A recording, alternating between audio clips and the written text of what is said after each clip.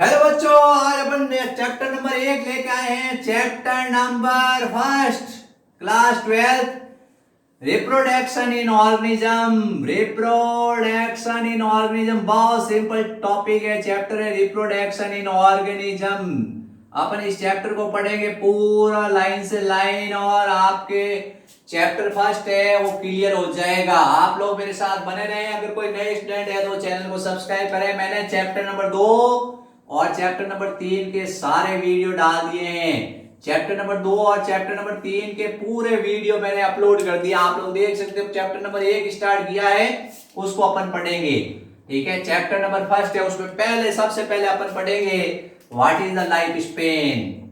Life span क्या होती है या लाइफ पीरियड क्या होता है। ठीक है, तो अपन लाइफ स्पेन की डेफिनेशंस बताते हैं। सबसे पहले क्या होता है कि जो बर्थ है, जैसे किसी जीव का जन्म होता है, बर्थ से लेकर उसकी जो नेचुरल डेथ होती है, बर्थ से लेकर उसकी जो नेचुरल डेथ होती है, उसके बीच का टाइम पीरियड उसका लाइफ स्पेन कहलाता है। Life span means after birth and before natural death, बीच का जो भी टाइम पीरियड आएगा उसको कहते हैं लाइफ स्पेन। क्या कहते हैं? Life span. अब सबकी अलग अलग लाइफ स्पेन होती है, सब एनिमल्स की क्या होती है, लाइफ स्पेन डिफरेंट होती है। ये चीज आपको याद है और आप लोग देखते भी हो, कोई कितने ही साल जिंदा रहता है, कोई कितने ही साल जिंदा रहता है। ठीक है, ये अपने को ध्यान रखना है, लाइफ स्पेन डिफरेंट होती है। अब उसके बाद अपन क्या है, लाइफ स्पेन है, उसके ऊपर सवाल आया कि आपकी लाइफ स्पेन को कौन सा फैक्टर है वो डिपेंड करता है। तो सबसे पहले अपन ले रहे हैं उसका बॉडी साइज। क्या ले रहे हैं? Body size. जो बॉडी की साइज है उसके ऊपर स्टडी कर रहे हैं कि बॉडी की साइज होती है वो क्या करती है, लाइफ स्पेन होता है उसको क्या कुछ इफेक्ट करती है। तो अपन सबसे पहले इसको एग्जाम्पल लेके समझ लेंगे। ठीक है, अपन एक एग्जाम्पल लेते हैं, जैसे अपने पास में क्या है, पैरट है। क्या है? पैरट है, यानी एक तोता है, और दूसरा अपने पास में क्या है, क्रो है। ठीक है, एक पैरट है, एक क्रो है, दो अपने पास में है। दोनों आपको पता है लगभग सेम ही होते हैं। जैसे क्रो है वो 15 ईयर्स ही जिंदा रहता है, उसका लाइफ स्पेन 15 साल होता है। लेकिन पैरट है वो 140 ईयर्स। ठीक है, अब आप कह रहे हो कि सर इतना डिफरेंट क्या है, तो अपना मतलब जो क्वेश्चन इन्होंने पुटअप किया एनसीईआरटी ने, क्या लाइफ स्पेन बॉडी की साइज या शेप पे डिपेंड करता है?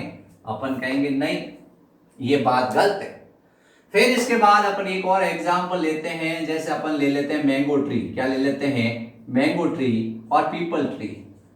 पीपल और मैंगो का कंपैरिजन करते हैं। मैंगो 100 ईयर्स तक जिंदा रहता है, लाइफ स्पेन होता है इसका 250 इसका क्या होता है, ईयर्स लाइफ स्पेन होता है, बहुत ज्यादा साल तक जिंदा रहता है। जैसे अपन ले लेते हैं बनाना।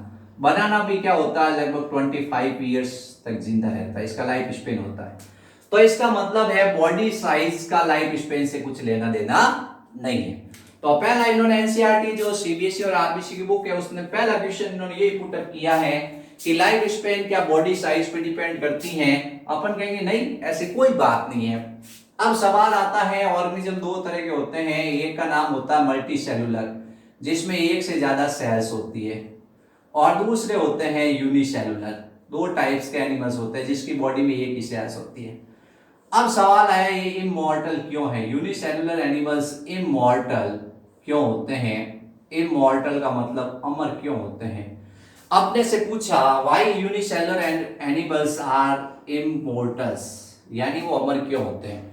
अपन सीधा सा आंसर देते हैं क्योंकि उसके अंदर जब अपन ने उसको सेल्स को देखा, जैसे अपन ने एक सेल्स है, ये अमीबा है, इसको देखा, इस तरह के अमीबा है।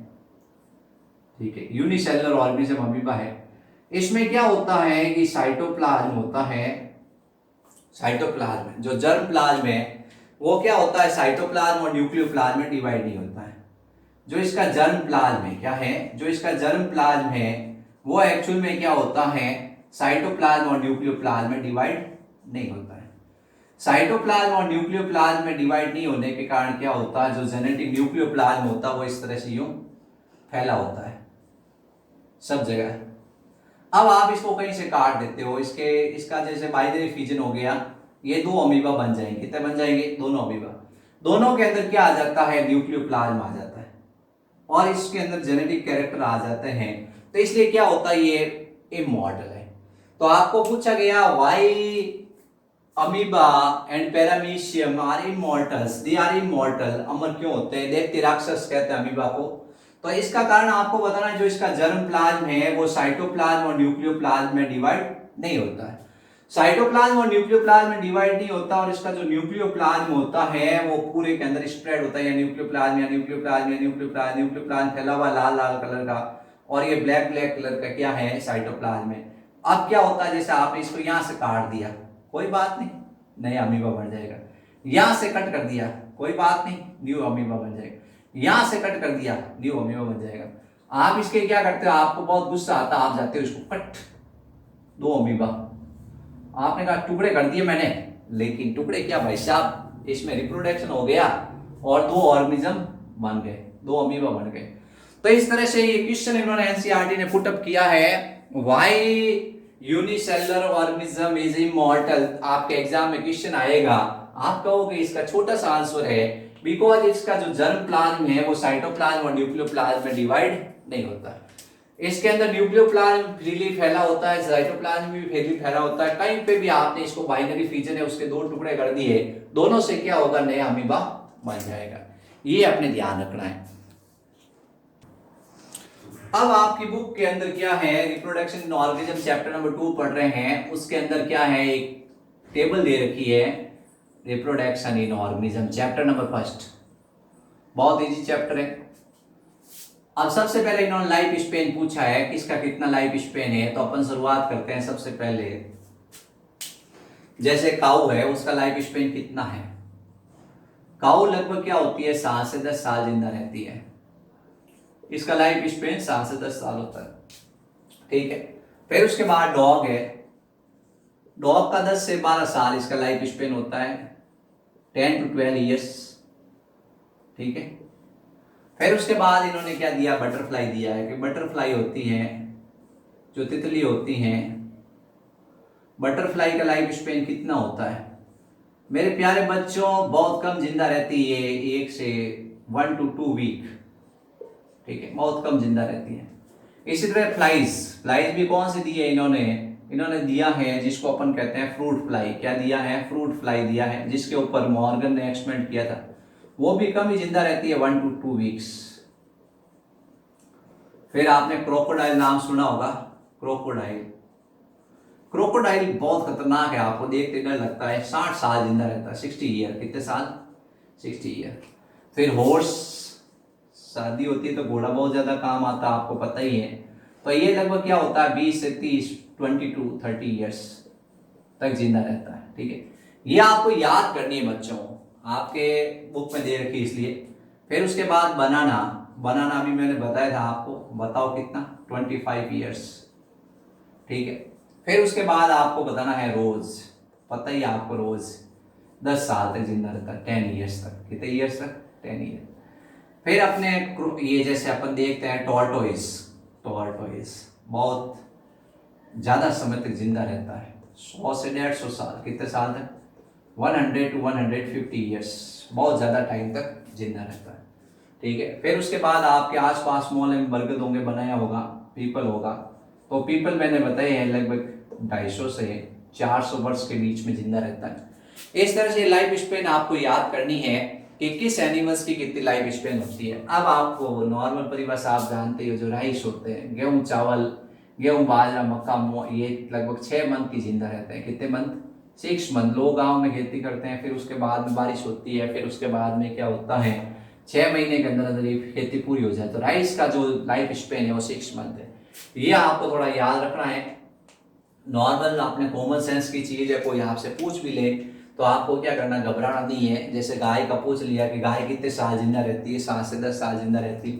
डॉग कितने साल रहता है, 10 से 12 साल रहता है। बटरफ्लाई कितनी रहती है, 1 से 2 वीक रहती है। ये बेचारे जो मक्खी मच्छर होते हैं कम ही जिंदा रहते हैं। मक्खी मच्छर 2 वीक, ज्यादा से ज्यादा 20-25 दिन जिंदा रहता है मच्छर। फिर ये बटरफ्लाई है, ये क्या होता है, 1 से 2 वीक। फ्रूट फ्लाई है, वो 1 to 2 वीक्स। फिर क्रोकोडाइल 60 साल तक, हॉर्स होता है 20 से 30 साल तक, बनाना 25 साल, रोज 10 ईयर्स, टॉर्टोइस है वो 100 से 150 साल। ये अपने को ध्यान रखना है लाइफ स्पेन। अब आता है रिप्रोडक्शन की डेफिनेशन। रिप्रोडक्शन मीन्स क्या होता है? Formation of new of spring, formation of new of spring, formation of new of spring, यानी अपने समान बच्चे पैदा किए जाते हैं, इसको कहते हैं reproduction. Formation of new of spring, this is definition of reproduction. आपकी रिप्रोडक्शन क्यों है? वाई रिप्रोडक्शन रिक्वायर, रिप्रोडक्शन क्यों चाहिए? तो रिप्रोडक्शन आपको पता ही है कि क्या होगा, रिप्रोडक्शन नहीं होगा तो जो स्पीशीज है वो एग्जिस्ट हो जाएगी, स्पीशीज क्या होगी? खत्म हो जाएगी, स्पीशीज है वो विलुप्त हो जाएगी। क्या हो जाएगी? स्पीशीज अपने आप में खत्म हो जाएगी। उसकी कंटिन्यूटी को बनाए रखने के लिए, यानी उसको कंटिन्यूटी बनाए रखने के लिए क्या होता है? रिप्रोडक्शन किया जाता है। एनिमल्स अपने समान बच्चे क्यों पैदा करता है? ताकि वो अपने वंश और जाति को बनाए रखता, उसका जीनस और स्पीशीज है उसको क्या करे? बनाए रखे कि भाई जीनस और स्पीशीज दोनों एग्जिस्ट नहीं हो। दूसरा, उसकी कंटिन्यूटी बनाए रखे। अब नेक्स्ट कारण इसका यह है कि इसके कारण क्या होता है? जीन रिकॉम्बिनेशन होता है। इसके कारण क्या होता है? जीन रिकॉम्बिनेशन होता है, यानी आपको बताना जेनेटिक वेरिएशंस होंगे। क्या होंगे? जेनेटिक वेरिएशंस होंगे रिप्रोडक्शन के कारण, और जेनेटिक वेरिएशंस होने के कारण न्यू स्पीशीज बनेगी। क्या बनेगी? न्यू स्पीशीज बनेगी। तो नए नए स्पीशीज बनती है इसके कारण। इसके कारण क्या होता है? न्यू स्पीशीज प्रोडक्शन होती है, इसलिए रिप्रोडक्शन होता है। Why reproduction happen, why reproduction require? तो अब रिप्रोडक्शन में आप जानते हो सबसे पहले क्या होता है? बच्चा बर्थ होता है। बर्थ के बाद क्या होता है? लाइफ स्पेन में सबसे पहले उस बर्थ होती है, फिर उसके बाद वो थोड़ा मैच्योर होता है। क्या होगा? मैच्योर होगा। मैच्योर होने के बाद उसमें क्या होगा? रिप्रोडक्शन स्टार्ट होगा। ऐसा नहीं कि जन्मते ही वो रिप्रोडक्शन स्टार्ट कर देगा, उसमें एक मैच्योरिटी आएगी। उस मैच्योरिटी स्टेज के अंदर वो क्या करेगा? रिप्रोडक्शन स्टार्ट करेगा। आपसे क्वेश्चन पूछा कि भाई what is reproduction and why reproduction necessary, तो आपको सबसे पहले तो बताना formation of new of spring. जो न्यू ऑफ स्प्रिंग बनाई जाती हैं इसको अपन कहते हैं रिप्रोडक्शन। अब रिप्रोडक्शन क्यों आवश्यक है? बिकॉज स्पीशीज होती हैं उसको एग्जिस्ट होने से बचाने के लिए, यानी अपनी कंटिन्यूटी को बनाए रखने के लिए। फिर उसके बाद आपको बताना है कि इससे जीन रिकॉम्बिनेशन और जेनेटिक वेरिएशंस होता है रिप्रोडक्शन से, जिसके कारण न्यू स्पीशीज बनती हैं और नई स्पीशीज बनती है। और रिप्रोडक्शन कौन सी स्टेज में होता है? आपने आज किसी एनिमल्स को देखा है जो आज पैदा हुआ है, वो रिप्रोडक्शन करेगा क्या? नहीं, वो एक फिक्स टाइम के बाद जब मैच्योर हो जाएगा उसके बाद वो रिप्रोडक्शन करेगा। अब सवाल आता है रिप्रोडक्शन कितने टाइप का होता है? 2 टाइप का होता है बच्चों। एक होता है सेक्सुअल रिप्रोडक्शन, एक होता है एसेक्सुअल रिप्रोडक्शन। रिप्रोडक्शन 2 टाइप का होगा, एसेक्सुअल एंड सेक्सुअल। इसको अपन अब अच्छी तरह एक्सप्लेन करेंगे सेक्सुअल और एसेक्सुअल रिप्रोडक्शन को। अब अपन टाइप्स ऑफ रिप्रोडक्शन पढ़ेंगे। रिप्रोडक्शन के टाइप्स, तो टाइप्स 2 टाइप का रिप्रोडक्शन होता है, asexual reproduction and sexual reproduction. ठीक है, 2 टाइप्स के रिप्रोडक्शन है, सेक्सुअल रिप्रोडक्शन और एसेक्सुअल। इसका मैंने पूरा वीडियो बना रखा है, difference between asexual and sexual reproduction, आप मेरे यूट्यूब चैनल पे देख सकते हैं। लेकिन अपन यहाँ फिर इसको एक्सप्लेन कर रहे हैं थोड़ा, क्योंकि एक पार्ट के अंदर आ गया है। तो एसेक्सुअल रिप्रोडक्शन और सेक्सुअल रिप्रोडक्शन है, उसमें सबसे पहला डिफरेंट आपको बताना है एसेक्सुअल। आपको समझाते हैं एसेक्सुअल होता क्या, फिर डिफरेंट बताएंगे। ये क्या है? ये मान लो आपके पास में आलू है, पोटैटो है, इसमें छोटी छोटी बर्ड्स आई, बर्ड्स को आपने काटा, काट के क्या किया? जमीन में लगाया, और इस तरह से ये क्या हुआ? इससे नया पौधा बना, प्लांट्स बन गया। इसमें नीचे जड़ें आ गई, ऊपर इससे नया पौधा बन गया। इसी तरह से गुलाब है, इस गुलाब की आपने एक टहनी काटी और जमीन में लगाई और एक नया पौधा बन गया। ये एसेक्सुअल रिप्रोडक्शन। कुछ समझ रहे हो कि नई स्पीशीज बनती है, उसके फॉर्मेशन में सिंगल पेरेंट्स पार्टिसिपेंट कर रहा है। न्यू स्पीशीज क्या है? फंक्शनली और जो अपन कह रहे हैं जेनेटिकली अपने पेरेंट्स के समान ही है। ये जैसा पौधा है वैसा वैसा ये होगा। कैसा होगा? जेनेटिकली सिमिलर होगा। कैसा होगा? जेनेटिकली सिमिलर होगा, मार्फोलॉजिकली सिमिलर होगा, कोई चेंज नहीं होगा, यानी ये क्लोन होगा। क्या होगा? क्लोन होगा। ये चीज ध्यान रखनी। अब इसमें आप देखोगे गैमेट्स वगैरह कुछ नहीं बनते हैं, इसमें मेल फीमेल होते ही नहीं है। एक तरह से मेल फीमेल कुछ लेन देन नहीं है। और जो नेक्स्ट जनरेशन बनती है उसमें दोनों कंट्रीब्यूशन करते नहीं, एक पेरेंट्स ही पार्टिसिपेंट करता है न्यू स्पीशीज बनाने में। जो नई स्पीशीज बनेगी उसके फॉर्मेशन में एक पार्टिसिपेंट ही करेगा, एक पेरेंट्स ही। इसमें गैमेट्स नहीं बनेंगे। अब गैमेट्स बनते हैं तो उस टाइम एक डिवीजन होता है मियोटिक। कौन सा होता है? मियोटिक डिवीजन होता है, वो इसमें नहीं होगा, मियोटिक डिवीजन नहीं होगा। और जो न्यू स्पीशीज होगी उसके फॉर्मेशन में एक परसेंट। अब सेक्स और रिप्रोडक्शन आपको समझाते हैं। एक ही जैसे आदमी है, एक ही जैसे औरत है, इनकी शादी होती है, एक नया बच्चा पैदा होता है, ये कैसा रिप्रोडक्शन है? सेक्सुअल है।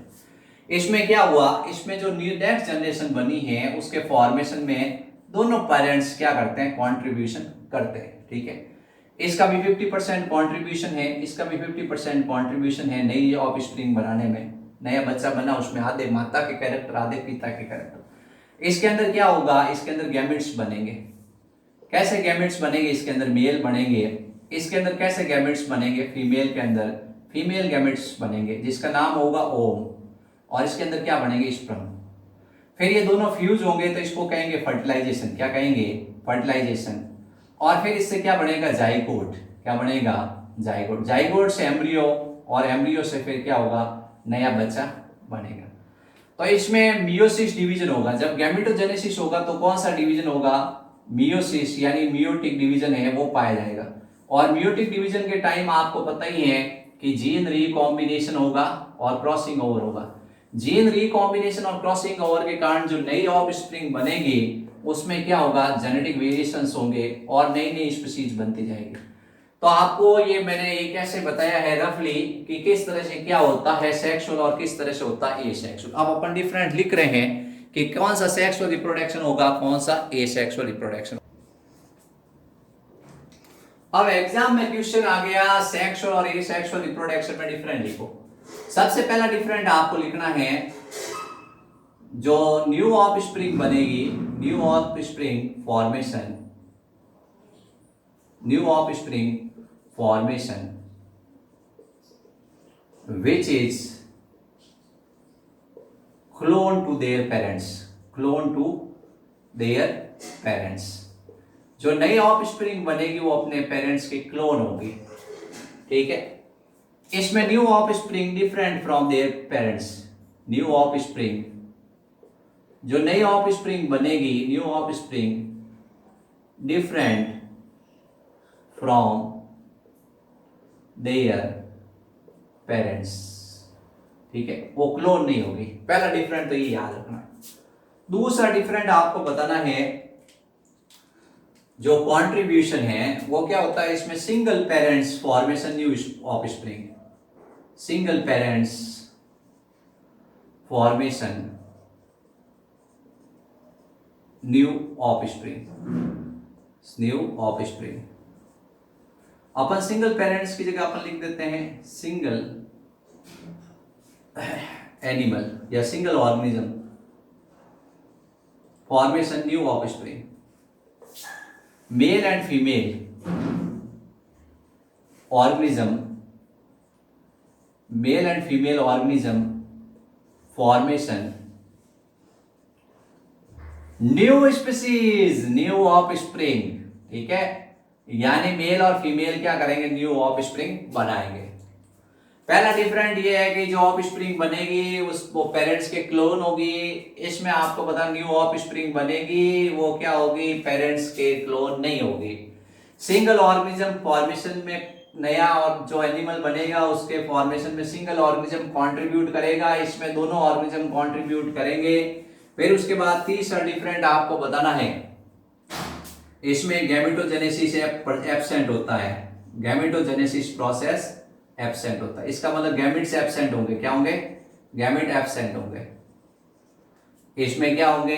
प्रेजेंट होंगे, गैमेट बनेंगे, गैमेटोजेनेसिस होगा और गैमेट्स बनेंगे। फिर उसके बाद इसमें क्या होगा? इसके अंदर आपको बताना फर्टिलाइजेशन प्रोसेस है वो एब्सेंट होगा। गैमेट नहीं बनेंगे तो फर्टिलाइजेशन नेचुरल सी बात है एब्सेंट होगा। इसमें फर्टिलाइजेशन क्या होगा? प्रेजेंट होगा, ठीक है। फिर उसके बाद इसमें डिप्लॉइड जाइगोट बनेगा। इसमें क्या बनेगा? डिप्लॉइड जाइगोट बनेगा। डिप्लॉइड जाइगोट नहीं बनेगा, सॉरी बच्चों, बहुत बढ़िया, आपने बहुत अच्छा ध्यान रखते हो, जागते रहो। Diploid zygote formation absent, sorry मेरे प्यारे बच्चों ये एब्सेंट है और इसमें क्या डिप्लॉइड जाइगोट बनेगा, diploid zygote formation, diploid zygote formation. इसमें ओनली माइटोसिस सेल डिवीजन पाया जाता है। इसमें कौन सा डिवीजन पाया जाता है? Only mitosis cell division found, only mitosis cell division found. इसमें माइटोसिस और मियोसिस दोनों होते हैं, माइटोसिस भी होगा और मियोसिस भी होगा। Mitosis and meiosis both cell division found, both cell division found, both cell division. इसका एक पूरा वीडियो बना रखा, आप उसको आराम से देख लो। Both cell division found. इसके अंदर क्या होगा, मेन डिफरेंट यही आ गया है कि इसमें क्या होगा आपको बताना है। ये जो प्रोसेस है जिसको अपन कह रहे हैं crossing over and gene recombination absent, crossing over and gene recombination absent, gene recombination absent, crossing over and gene recombination absent. इसमें ये दोनों प्रोसेस क्या होंगे, क्रॉसिंग ओवर भी प्रेजेंट होगा। मियोसिस में ये दोनों घटनाएं होती है बच्चों, crossing over present and gene recombination present. ये अपने को डिफरेंट ध्यान रखना है। क्या क्या डिफरेंट हुए? सबसे पहले जो नई जनरेशन बनेगी उस जनरेशन की विशेषता होगी वो अपने पेरेंट्स के क्लोन होगी, यानी मार्फोलॉजिकली एंड जेनेटिकली अपने पेरेंट्स के डिक्टो कॉपी होगी। फिर उसके बाद न्यू ऑफस्प्रिंग अपने पेरेंट्स से थोड़ी डिफरेंट होगी, वो अपनी पेरेंट्स की कॉपी नहीं होगी। न्यू ऑफस्प्रिंग बनेगी, उसमें केवल सिंगल पार्टिसिपेंट करेगा, ये ऐसे प्लांट है, इसको काट के आपने नया प्लांट बना दिया। इसमें दो प्लांट्स होंगे, उनके बीच में सेक्स और रिप्रोडक्शन होगा और उससे एक नया बच्चा बनेगा।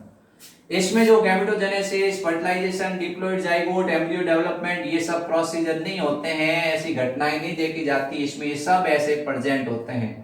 अब इसमें बॉडी के अंदर माइटोसिस सेल डिवीजन सिर्फ प्रेजेंट होगा, mitosis cell division found only, meiosis absent होगा। इसमें माइटोसिस होगा जिससे बॉडी बनेगी और मियोसिस होगा गैमेटोजेनेसिस से जिससे नए गैमेट्स बनेंगे। इसमें क्रॉसिंग ओवर होगा, जीन रिकॉम्बिनेशन एब्सेंट होंगे दोनों प्रोसीजर, और इसमें ये दोनों प्रोसीजर प्रेजेंट होंगे। अब मेरे प्यारे बच्चों ये बताओ, सेक्स और रिप्रोडक्शन, ये सेक्स और रिप्रोडक्शन में से कौन सा बेस्ट है? बताओ कौन सा बेस्ट है आपके हिसाब से? बहुत बढ़िया, आप लोग उत्तर ढूंढ लिया आप लोगों ने। अब आपके और मेरे ख्याल शायद सेम ही है कि बेस्ट है वो है सेक्स और रिप्रोडक्शन। हम जो करते हैं वो बेस्ट है, और ये जो दूसरे एनिमल्स है वो क्या करते हैं, वो करते हैं बेस्ट नहीं है। तो सेक्स और reproduction is best. Why? Because इसमें क्या होगा, इसमें मियोसिस सेल डिवीजन होता है। कौन सा होता है? मियोसिस सेल डिवीजन होगा। और मियोसिस सेल डिवीजन के टाइम जो अपन देखेंगे कि स्टेज होगी जिसका नाम होगा प्रोफेज फर्स्ट।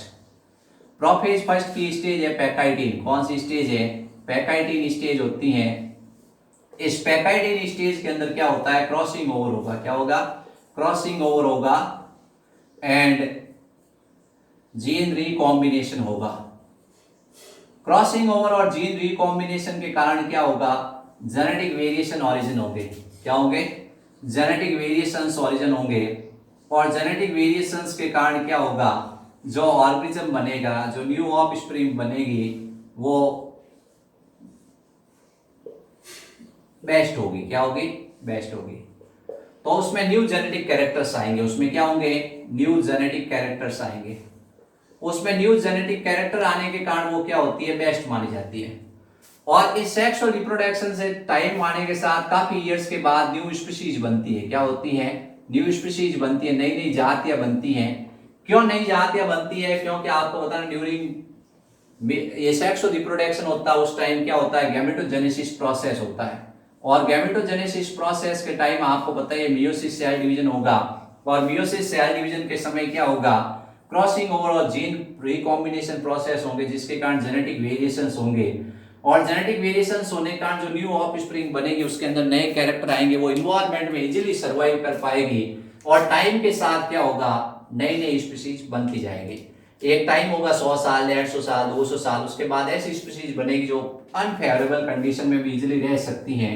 तो ये ध्यान रखना है। तो आपसे पूछा why sexual reproduction is best from the asexual.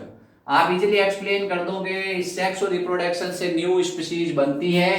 क्यों बनती है? क्योंकि इस time crossing over gene recombination process होते हैं जिससे जेनेटिक वेरिएशंस होते हैं। जेनेटिक वेरिएशंस के कारण ऑफ स्प्रिंग होती है, उसमें नए कैरेक्टर्स आते हैं और नए कैरेक्टर आने के कारण वो क्या हो जाती है? बेस्ट मानी जाती है। थैंक यू बच्चों, वीडियो देखें, लाइक करें, सब्सक्राइब करें, सर चैनल को ज्यादा से ज्यादा फैलाएं और सभी अपने क्लास के दोस्तों को बताएं। Bio by RC.